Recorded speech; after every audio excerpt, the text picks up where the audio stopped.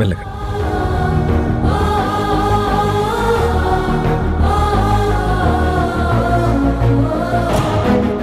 Very good.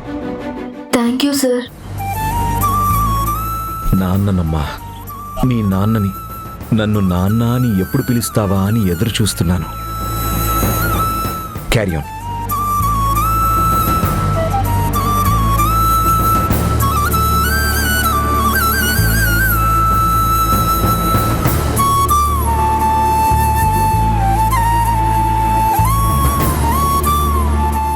జనని, నువ్వు ఇంత క్రితం దాకా చాలా భయపడ్డావు కదా. నేను నీకు వరి అవ్వద్దని చెప్పినా నువ్వు లోపల మదన పడుతూనే ఉన్నావు. నేను చెప్పిన మాటలకు కూడా నెగిటివ్ థింగ్ నుంచి నువ్వు అంత పాజిటివ్ థాట్లోకి రాలేదు. కానీ ఇప్పుడు కాస్త అర్థమవుతుందా కాలం మనకి అనుకూలంగా ఉంది అని?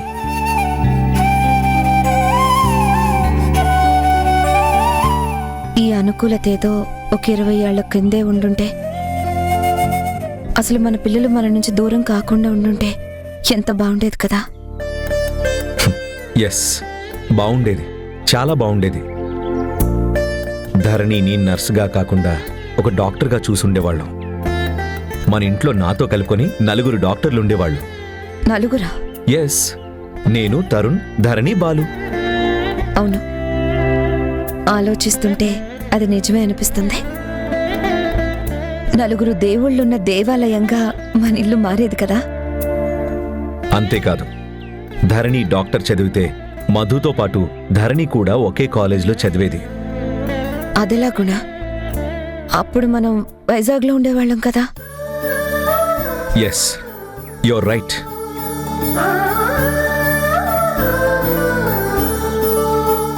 అయినా మధు ప్రతాప్ గారి కూతురుగా MBBS చదివేదో కాదో. గుణ, మధు నా కళ్ళల్లో కదులుతుంది. తనతో మాట్లాడి చాలా రోజులైపోయింది. ఒకసారి ఫోన్ చేసి మాట్లాడదామా? గుర్తు చేసి తప్పు చేశానేమో. అయినా ఇప్పుడు తను కాలేజ్లో ఉంటుంది కదా జనని, తర్వాత చేసి మాట్లాడచ్చులే.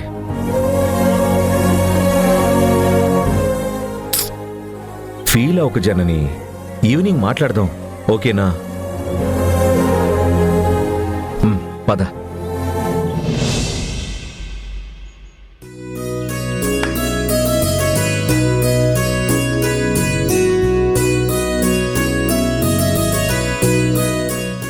బాలు,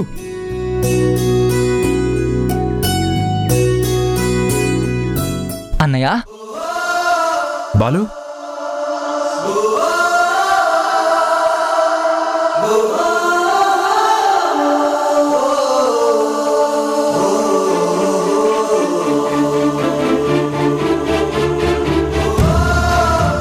నువ్వెవరో తెలియకముందే నన్ను అన్నయ్య అని పిలిచావురా. కానీ నువ్వు నా సొంత తమ్ముడు అని తెలిసిన తర్వాత నీలాంటి మంచి తమ్ముడిని నాకు ఇచ్చినందుకు దేవుడికి థ్యాంక్స్ చెప్తున్నాను. ఎంతో సంతోషంగా ఫీల్ అవుతున్నాను. అన్నయ్య అన్న పరిచయం ఏర్పడింది, కానీ నువ్వే నా నిజమైన అన్నయ్యవని అమ్మా నాన్న చెప్తున్నారు. కానీ మా నాన్న ఒప్పుకోవడం లేదు. నేను అక్క ఏది నిజమో ఏది అబద్ధమో తెలియక చాలా సతమతమైపోతున్నావు అన్నయ్య.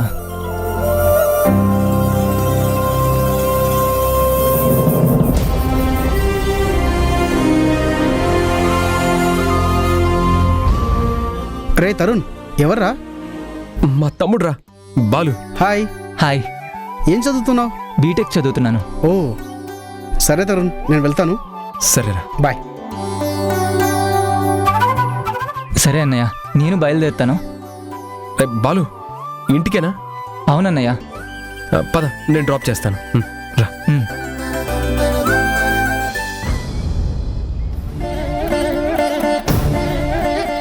నువ్వు డ్రాప్ చేయడం నాకు ఇష్టమే, కానీ నువ్వు నేను కలిసి ఇలా బైక్ మీద వెళ్తే నాన్న ఎక్కడైనా చూస్తే, అమ్మో, అక్క మీద కేకలు వేసినట్టు నా మీద కూడా కేకలు వేస్తారేమో.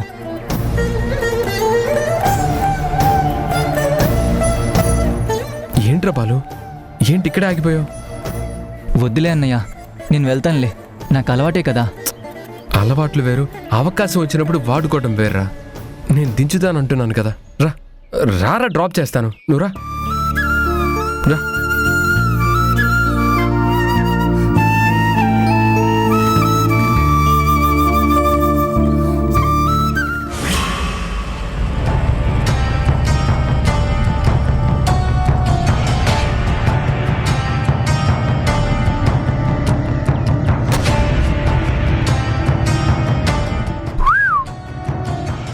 Hi sweetie, how are you? Shut up. First ఇలా షటప్ అన్నవాళ్లే చాలా మంది తర్వాత నా సెటప్ అయ్యారు. ఈ షటప్లు నాకు మామూలే, మీరు సెట్ అయిపోవడం నాకు మామూలే. ఈ తరణి ఎక్కడుందబ్బా?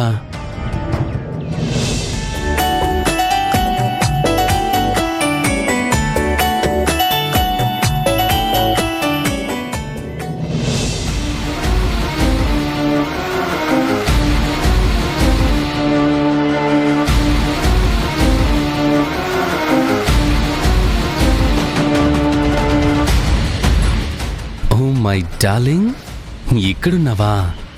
మనది చాలా విచిత్రమైన లవ్ స్టోరీ కదా ధరణి. చాలా అడ్వాన్స్ స్టేజ్లో ఉన్నావు.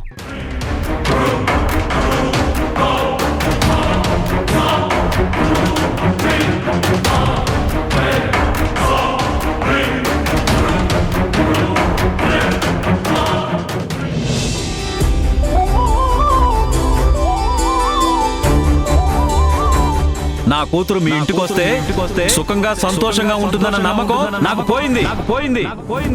మీ అబ్బాయికి నా కూతుర్ని ఇవ్వను. మీ ఇంటికి అసలు పంపను.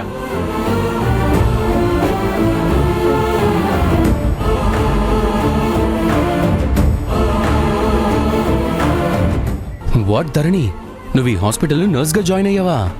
ట్రైనింగ్కి వచ్చాను. నువ్వు ఇక్కడేం చేస్తున్నావు? ఏం చేయమంటావు ధరణి? కర్మ ఏదో అంటారు కదా, అది మన లైఫ్తో వింత నాటకం ఆడుతుంది. పరిచయం లేని మన మధ్య పరిచయం కలిగేలా చేసింది, ప్రేమలో పడేసింది, పెళ్లి దాకా తీసుకొచ్చింది. 2 సార్లు చెడగొట్టింది, చివరికి దూరం చేసింది. కానీ నేనేమో పీకల దాకా నీ ప్రేమలో మునిగిపోయాను.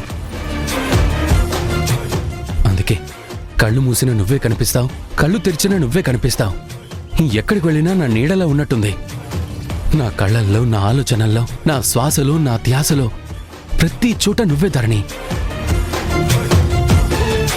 మీ నాన్న ఏదో పెళ్లి క్యాన్సిల్ అన్నాడు, నువ్వు ఆ మాటకే ఫిక్స్ అయిపోవాలా? మీ నాన్నని కన్విన్స్ చేయొచ్చుగా. మనం ఒకరినొకరు ప్రేమించుకున్నామని చెప్పొచ్చు కదా ధరణి. ఒకప్పుడు ఆయనే కదా నాకిచ్చి పెళ్లి చేస్తానన్నాడు. ఎవ్వరో ఏదో చేశారని నీకు నాకు పెళ్లి క్యాన్సిల్ చేయడం ఏంటి? కన్నీళ్లు పెట్టుకుని ఆయన కాళ్ళు చేతులు పట్టుకొని అడగచ్చు కదా, నాన్న మర్చిపోలేకపోతున్నాను, ధీరస్తో నా పెళ్లి జరిపించు నాన్న అని అడగచ్చు కదా. మనం పెళ్లి చేసుకుందాం ధరణి. అదేంటి ధీరజ్, నీకు ఆ రోజే అంత డీటెయిల్ గా ఎక్స్ప్లెయిన్ చేశాను కదా, నిన్ను కన్విన్స్ కూడా చేశాను కదా. మళ్ళీ నువ్వేంటి మొదటికి వచ్చావు? నువ్వు ఎన్నిసార్లు ఎన్ని రకాలుగా అడిగినా నా ఆన్సర్ మాత్రం ఒక్కటే. పదే నన్ను కన్విన్స్ చేయడానికి నీ టైం వేస్ట్ చేసుకోకు. మళ్ళీ ప్రేమ పెళ్లి అని నన్ను ఇంకా బాధ పెట్టకు ధీరజ్, ప్లీజ్. నన్ను మర్చిపో. ఇలా ఎదురుపడి నన్ను ఏడిపించుకు. నువ్వు అలా అంటే ఎలా ధరణి? నువ్వు లేకుండా నేను ఎలా బతకాలి? నిన్ను తలుచుకుంటూ బతకడం కంటే చావడమే మేలనిపిస్తుంది.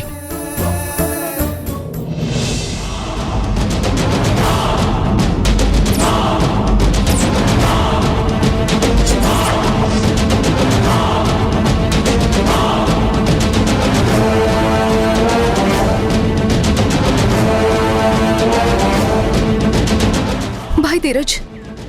ధరణి,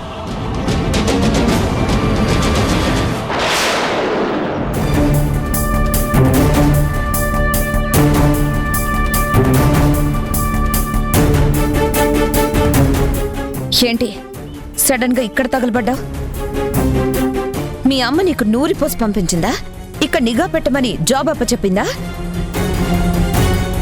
ధరణి ఇక్కడికి వస్తుందని తెలుసుకొని నిన్ను మళ్ళీ దాన్ని ట్రాక్ లో పెట్టమని డిప్యూట్ చేసిందా? అయ్యో అదేం లేదు, నాకు ధరణి ఇక్కడికి వస్తుందని తెలీదు. నాకే ఇంట్లో ఏం చేయాలో అర్థం కాక ఇక్కడికి వచ్చాను అంతే. నీకు తోచకి ఇక్కడికి వచ్చి అంతో ఇంతో ఉన్న మంచిని చెడగొడదామని తయారయ్యావా? నువ్వు మీ అమ్మ గతంలో ఈ హాస్పిటల్కి చేసిన ద్రోహం చాలు. ఒరగబెట్టిన ఘనకార్యం మేమేమీ ఇంకా మర్చిపోలేదు. గుణ పేరుని హాస్పిటల్ గౌరవాన్ని మంటగలిపే ప్రయత్నాలు చాలా చేశారు. ఇంకా మీకు ఆ అవకాశం లేదు. నువ్వు ఇంకొకసారి ఈ హాస్పిటల్కి రావడం నీకే మంచిది కాదు. జాగ్రత్త. ఈ హాస్పిటల్కే కాదు, ఇంకొకసారి నువ్వు ధరణికి ఎదురుపడ్డా మాట్లాడే ప్రయత్నం చేసినా నీ చావు నువ్వే కొని తెచ్చుకున్న వాడివి అవుతావు. నువ్వు నా కూతురికి ఎదురుపడ్డావని తెలిసిన మరుక్షణం నేను నీ ప్రాణాలు తీయడానికి కూడా బయలుదేరతాను. Out, get out.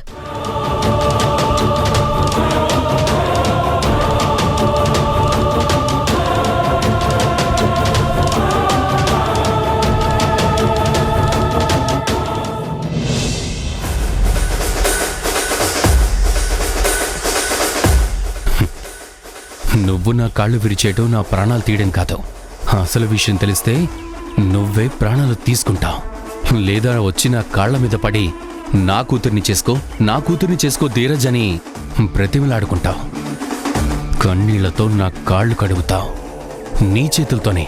అదే నువ్వు మామయ్య కలిసి మీ చేతులతో మీ కూతుర్ని నా చేతుల్లో పెట్టి నాకు అప్పగిస్తారు. అది ఎంతో దూరంలో లేదు.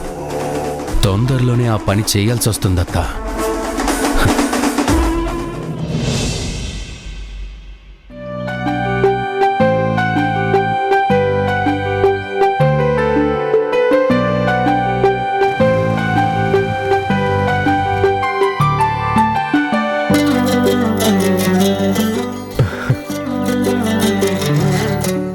బాగున్నావు మధు? బావునా? సరే అన్నయ్య, ఉంటాను. ఓకేరా. ఎగ్జామ్స్ దగ్గరకు వచ్చినట్టున్నాయి కదా, బాగా చదువుతున్నావా? బాగానే చదువుతున్నాను అన్నయ్య. సరే. బాలు!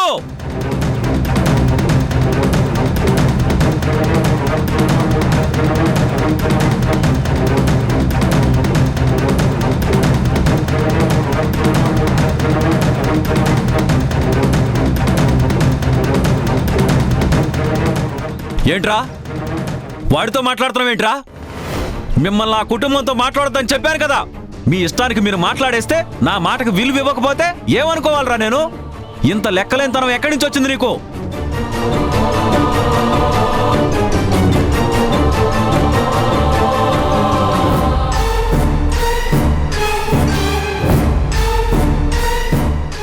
ఏకంగా ఇంటికి తీసుకొచ్చి నా కళ్ళెదురుగా మాట్లాడతావా? ఎంత ధైర్యంరా నీకు?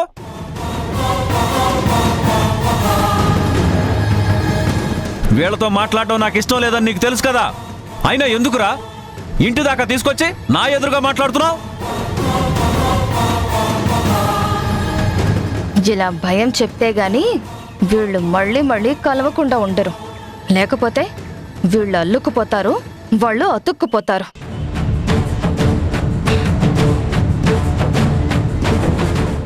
అది కాదు నాన్న, దారిలో వస్తుంటే అన్నయ్య కనపడ్డాడు. ఇంటి దగ్గర డ్రాప్ చేస్తాను రారా అంటే వచ్చాను. ఎవర్రా నీకు అన్నయ్య? నా ముందు ఆ వరుసలు కలిపి మాట్లాడడం మానేయ్.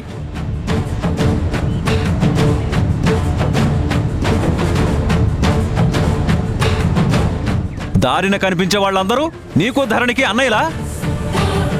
ఎక్కడి నుంచి వచ్చాయిరా ఈ వరుసలో? ఎవరు ముడేశారా ఈ బంధాలు? పిచ్చి పిచ్చి వరుసలు కలిపి నా ముందు ఇలా మాట్లాడొద్దు.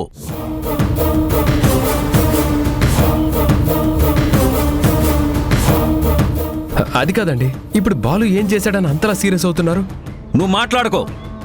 ఎందుకు దగ్గరకు వస్తున్నావు? వాణ్ణే నీతో మాట్లాడొద్దు అంటున్నాను, వరుసలు కలపొద్దు అంటున్నాను. నువ్వేంటి అది కాదండి ఇది కాదండి అంటూ నన్నేదో సవరించాలని చూస్తున్నావు? దూరంగా ఉండు, నువ్వు దూరంగా ఉండు. ఇవాళ గుమ్మం మీదకొచ్చావు, రేపు గుమ్మంలోకి వస్తావు. చనువిస్తే చంకనకే రకాలు మీరు. మనసులు మార్చి మనుషులు దూరం చేసే వ్యవహారాలున్నాయి మీ దగ్గర.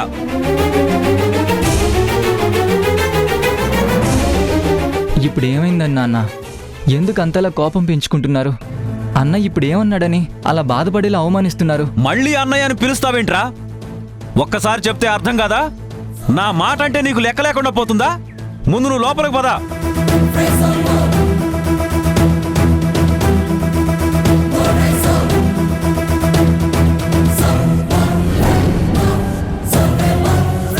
రేయ్ నీకే చెప్పేది పద.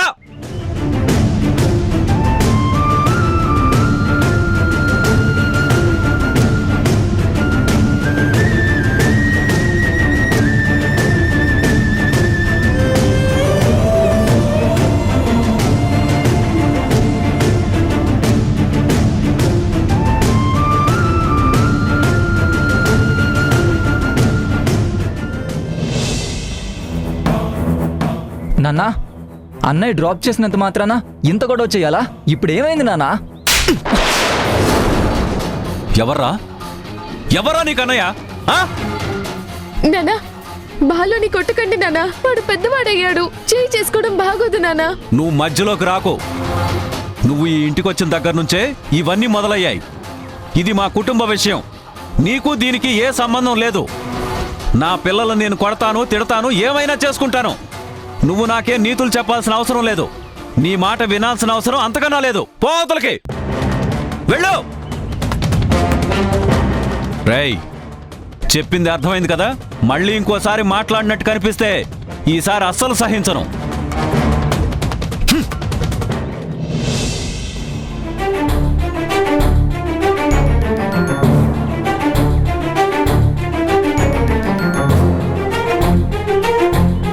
ఈయనకేంటి ఈ మధ్యన బాగా బీపీ పెరిగిపోతోంది.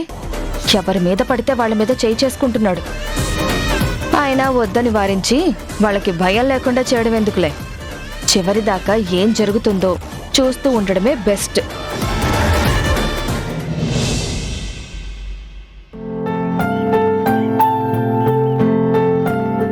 ధరణి,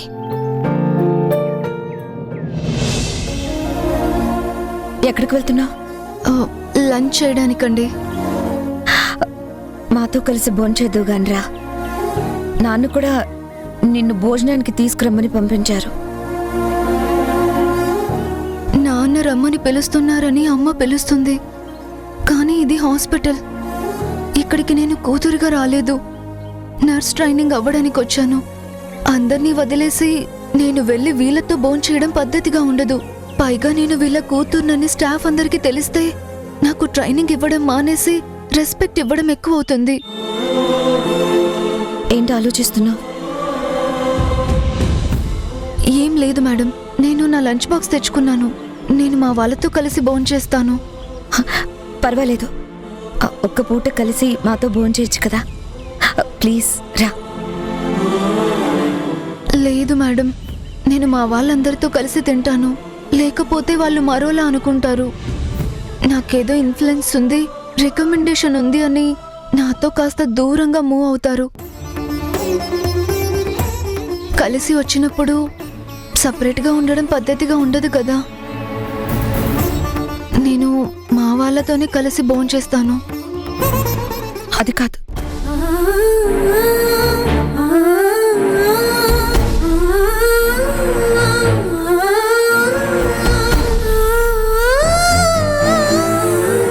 అమ్మా అమ్మా అమ్మా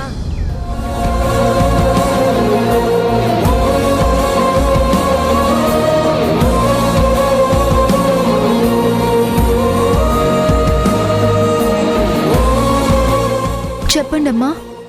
ఇది మా కూతురిది, కాస్త చూస్తారా అమ్మా?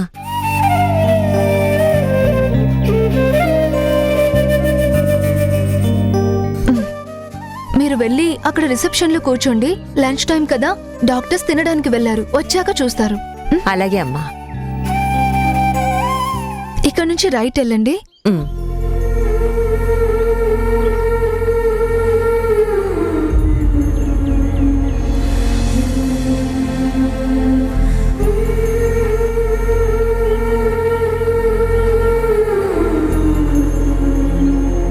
జనని, ధరణి రాలేదా?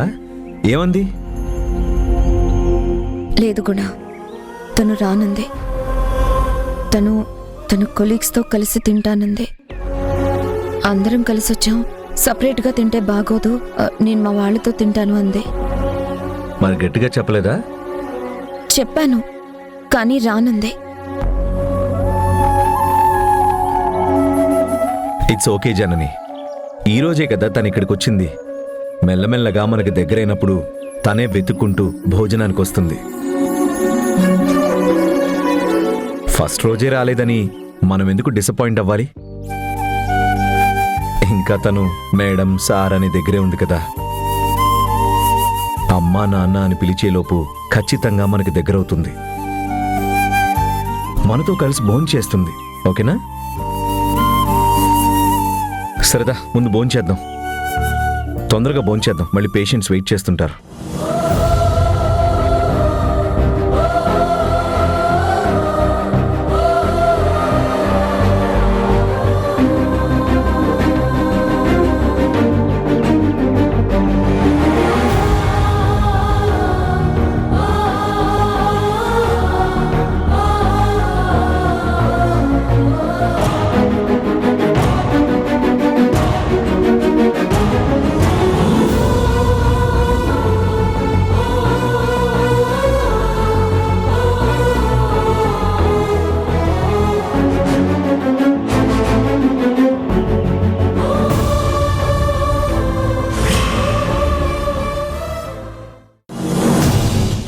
ఏమైందిరా?